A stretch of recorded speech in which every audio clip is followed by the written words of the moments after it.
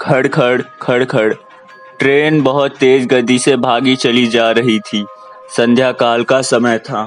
तेज बारिश और बीच-बीच में बिजली की चमक एसी वाले कोच की खिड़कियों से अपनी उपस्थिति दर्ज करा रही थी। केबिन का एकांत और यह भयावह मौसम जैसे डरपोक आदमी को और डरा रहा था। थोड़ी देर बाद गाड़ी के पहियों की रफ्तार कम हुई और एक मध्यम से स्टेशन पर गाड़ी रुकी। बारिश इतनी तेज थी कि मैं स्टेशन का नाम भी नहीं पढ़ पा रहा था। मैं अपने केबिन में अकेला था और इस उधड़बुन में था कि कोई सहयात्री आए जिससे वार्तालाप करते करते आगे का रास्ता आसानी से कट जा सके।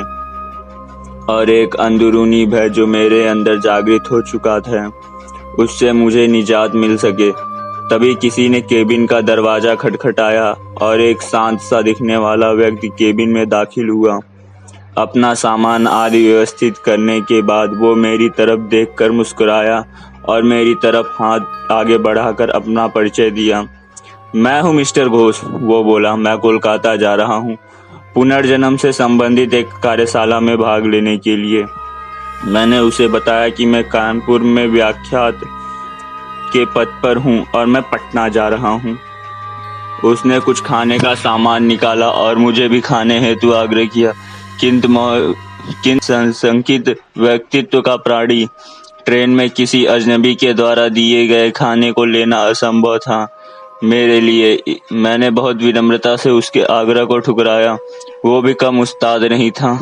कसकर हंसा और बोला, संशय कर रहे हैं मेरे ऊपर? अभी तो कुछ नहीं, देखिए आगे क्या क्या होता है। उसके यह सब सुनकर मुझे जैसे सांप सूंघ गया, किंतु किसी तरह अपनी घबराहट को छिपाए रखा। कोई स्टेशन आने पर वो उतरता और ट्रेन चलने के बाद किसी दूसरे कंपार्टमेंट से चढ़कर फिर वापस आ जाता। पूछने पर वो बोलता कि बीच बीच में रेलवे की नौकरी भी कर लेता हूँ। थोड़ी देर बाद मैं और वह विभिन्न विषयों पर चर्चा करने लगे। उसने पुनर्जन्म से संबंधित बातें प्रारंभ की और पुनर्जन्म को अंधविश्वास बताया। थोड़ी देर बाद उसने मुझसे पूछा कि क्या आपको भूत प्रेत में विश्वास है? मैंने कहा बिल्कुल। वो जोर से हंसा और बोला, यह सब बकवास है। मुझे भूतों पर विश्वास था, किंतु वो भूतों के अस्तित्व को नकारता रहा। रात अपने यौवन पर पहुंच चुकी थी। चर्चा उपरांत मैं एसी के प्रथम श्रेणी के कक्ष में सोने का प्रयास कर रहा था। अचानक मुझे ऐसा अनुभव हुआ कि कोई मेरे गले पर गर्म अंगार रख रहा है।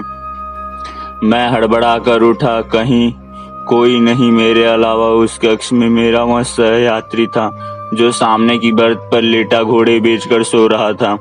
मैं फिर सोने के प्रयास करने लगा। अभी आंख ही लगी थी कि मुझे अपने पेट में बहुत तेज दबाव और हंसने की तेज आवाज सुनाई दी। मैं घबरा कर उठा तो देखा कि सहयात्री बर्थ पर नहीं था। लगभग 1-2 मिनट बाद वो आया और बोला, जनाब सोए नहीं?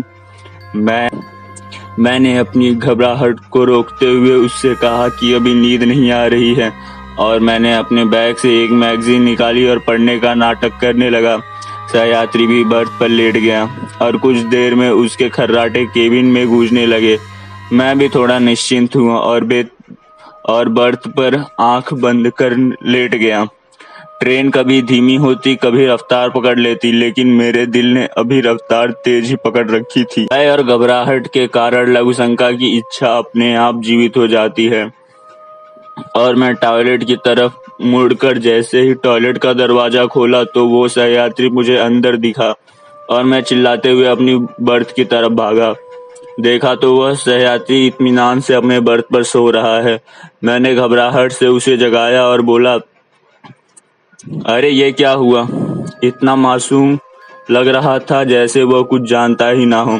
मैंने कहा, आप यहाँ भी और टॉयलेट में भी? वो कुटिलता से हंसा और बोला, मैं कितने ही रूप में कहीं भी रह सकता हूँ। घबराहट के मारे मैं पसीने से तरबतर हो गया। बिल्कुल निर्जीव सा उसके सामने खड़ा रहा। वो बोला, तुम भूत पिशाच पर विश्वास करते थे ना? तुम्हें तुम्हारे विश्वास का प्रमाण देना था। तुम्हारे जैसे लोगों के कारण ही हम भूत पिशाचों का अस्तित्व है। इतना कहकर वो मेरी आंखों के सामने से अचानक गायब हो गया। मैं डर के मारे अवाक और निर्जीव सा अपनी बर्थ पर बैठा रहा।